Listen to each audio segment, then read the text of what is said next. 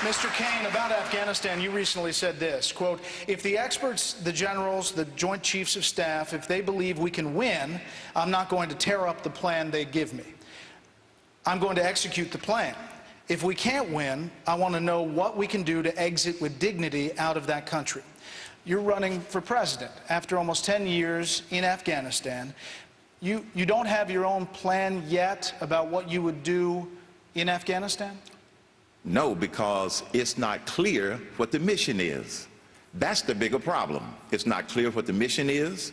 It's not real clear to the American people what our interests are. And then thirdly, it's not clear what the roadmap to victory is. And what does that mean? This is why I would revisit the issue in defining those three critical questions, answering those questions before I, as president, made a decision. Because before I make a decision to send men and women in uniform into battle, I want to make sure we know what the objective is clearly, that we clearly know how it serves our interests either at home or abroad, and thirdly, what is our roadmap to victory? But, sir, how would you define winning in Afghanistan right now as you're looking at it as a candidate? My point is the experts and their advice and their input would be the basis for me making that decision. I'm not privy to a lot of confidential information since I'm not in government and I'm not in administration.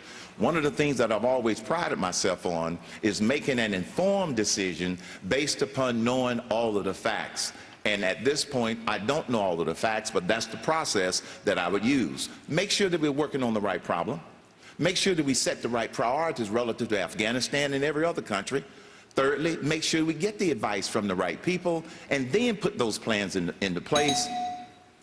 Okay. Well, that was quick. You stopped quick. You got the bell back. Good breaks.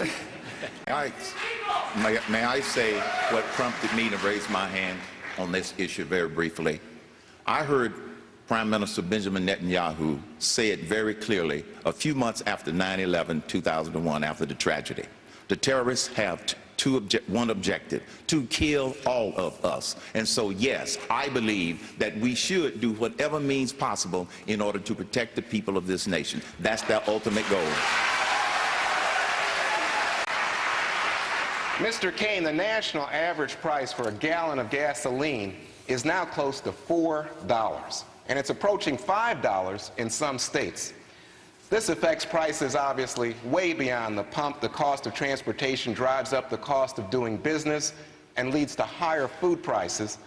So, Mr. Cain, what will President Cain do to alleviate skyrocketing gas prices? Contrary to what President Obama said when he stated there wasn't anything that he could do in the short term, that simply is not true. The one thing that the president can do is to establish a real energy independence plan. We have all of the resources we need right here in this country to establish energy independence if we had the leadership. Now, the dynamics that impact the price of oil and ultimately the price of gasoline, getting it out of the ground, refinery and distribution, and speculators. If the world market believed that we were serious about energy independence and we were going to utilize all of our existing resources, the speculators would stop speculating up and they speculate down until we get our own oil out of the ground. Mr. Cain, we asked our viewers to send in questions, and a number of them wanted us to ask about this subject. You say abolish the IRS and impose a fair tax, which is essentially a national sales tax of 23%. But the experts say to generate enough revenue, Americans would have to start paying taxes on new home sales, they'd have to start paying taxes on rentals, they'd have to start paying taxes on health care, and according to the experts, the practical effect of a fair tax would be a tax cut for the wealthy and a tax increase for the middle class. Well, Chris, with all due respect, your experts are dead wrong, because I have studied the fair tax for a long time. First of all, the law has already been written. It is 23%. Let's not leave out the most important part. It replaces all federal income tax that's being taken out of people's checks. It replaces the payroll tax that's being taken out of people's checks. That's the part that people often forget to miss. Now, depending upon how you define a windfall for the rich, it's also a bonanza for the not so rich because of the prebate. Every family deserves to get a prebate to offset taxes that would be paid on essential goods and services. That levels the playing field, in my opinion, and especially gives the not-so-rich an advantage that they don't have today under our current system. So yes, I strongly support totally replacing the current code with the fair tax. Mr. Cain, you have said that sometimes states should be empowered to enforce laws the federal government will not. When it comes to Arizona's controversial SB 1070 immigration bill, Congressman Paul has said laws like that can be harmful, even dangerous to innocent Americans. Did Arizona go too far? I don't believe Arizona went too far. Let's first make sure that we are talking about solving the right problem. The immigration issue in America is not one problem. It's 4 problems. It's securing the border, enforcing the laws that are there, promoting the path to citizenship that we already have. We don't need a new path. We've got to clean up the bureaucracy in the process. And then number 4, this is where I believe you empower the states to do what the federal government cannot and is not doing. So no, Arizona did not go too far. They were simply trying to protect themselves. I believe in empowering the states to do what this federal government cannot micromanage out of Washington, D.C. Thank you, sir. I'm going to change the topic back to foreign policy. I'll share this round with Juan next to me. First, Mr. Cain. President Obama justified his intervention into Libya, saying as president, he, quote, refused to wait for the images of slaughter and mass graves before taking action. Yet in Syria, the administration has not acted, despite hundreds of protesters reportedly being killed at the hands of President Assad. Which action, in your mind, is the right one? Neither, for the following reason. We should start with what's the objective? That's number 1. Secondly, how does it relate to the interests of the United States of America? Thirdly, is there a plan for victory? How do you define that? In both of those instances, those things are not clear. We need a real clear national security strategy with every nation on the planet, friend or foe. We obviously didn't have that because you can see between those 2 examples inconsistencies in the president's decisions and in his actions. And even in Libya, when the civil strife first started out, he was supporting the exposed leader. Then he changed. So that meant that we didn't have a very clear strategy or a very clear definition of what we were going to do if the situation escalated, which is exactly what it has done.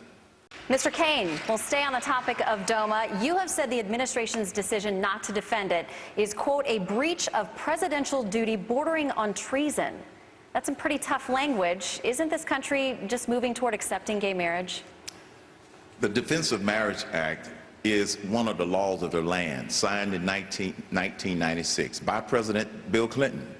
But for the president to give direction to the Justice Department when in his oath of office he says he is supposed to protect and uphold the laws of the United States of America, to me that is asking the Justice Department to not uphold a law. Thank you, sir. So, Herman Cain, here in South Carolina, as you heard before, the GOP is up in arms over a decision by the General Counsel of the National Labor Relations Board challenging the Boeing company for moving jobs to a right-to-work state. In Wisconsin, Governor Walker has ended collective bargaining rights for some civil service workers. Mr. Cain, does the GOP risk the perception that it's becoming the union-busting party? I don't think so. Because what the National Labor Relations Board did by citing Boeing about coming to South Carolina is simply outrageous. We have a free market system. And for the government to start picking winners and losers and then trying to decide where those winners should put their business, it's outrageous. And it would upset the balance of how our free market system is supposed to work. One of the biggest problems we have with this country right now today is too much government intervention in trying to tell businesses how to do what they do best, which is create jobs. Government doesn't create jobs. Businesses create jobs. We need to get government out of the way, including trying to tell a company where they should build a new plant.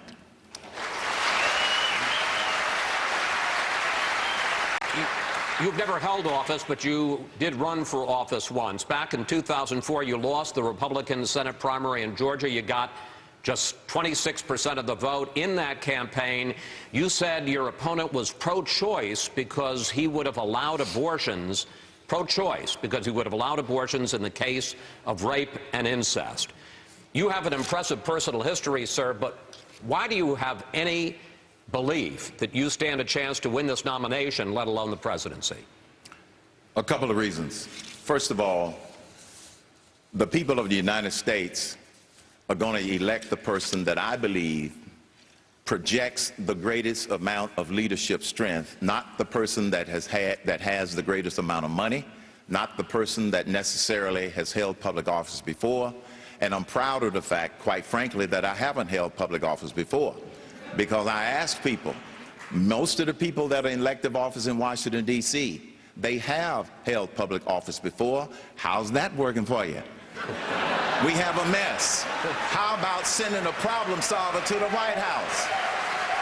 How about someone who has a career of defining the right problem, assigning the right priority, surrounding yourself with the right people?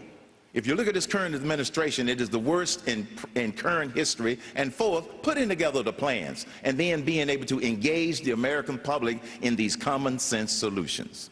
Thank you, sir. Mr. Cain, you supported Governor Romney in 2008. What did you see in him back then that led you to support his campaign? Back then, I saw his business experience, which I concluded that meant that he understood how to create jobs. And like then and now, the creation of jobs is one of the most critical issues that we have in this country. That's why I supported him. I'm running now rather than supporting Mr. Romney because he did not win. So I'm going to try my time. Thank you, Mr. Cain. Chris. Mr. Cain, your closing remarks, sir.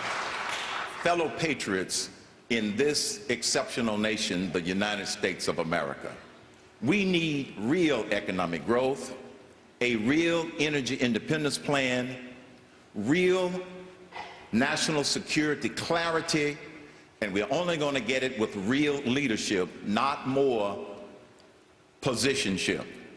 God bless you, and yes, God is blessing America.